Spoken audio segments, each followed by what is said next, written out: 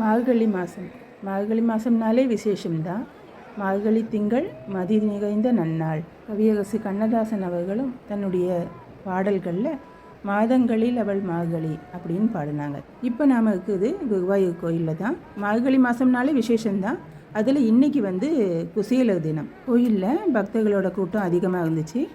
அதுவும் பக்தர்களோட அன்பு பரிசாக அவள் மூட்டையை காணிக்கையாக செலுத்தி கடவுள்கிட்ட கிருஷ்ணன்கிட்ட பக்தியோடு வணங்குறதை நம்ம பார்க்க முடிஞ்சுது. நாமளும் அதை செலுத்திட்டு வந்தோம். கிருஷ்ணா.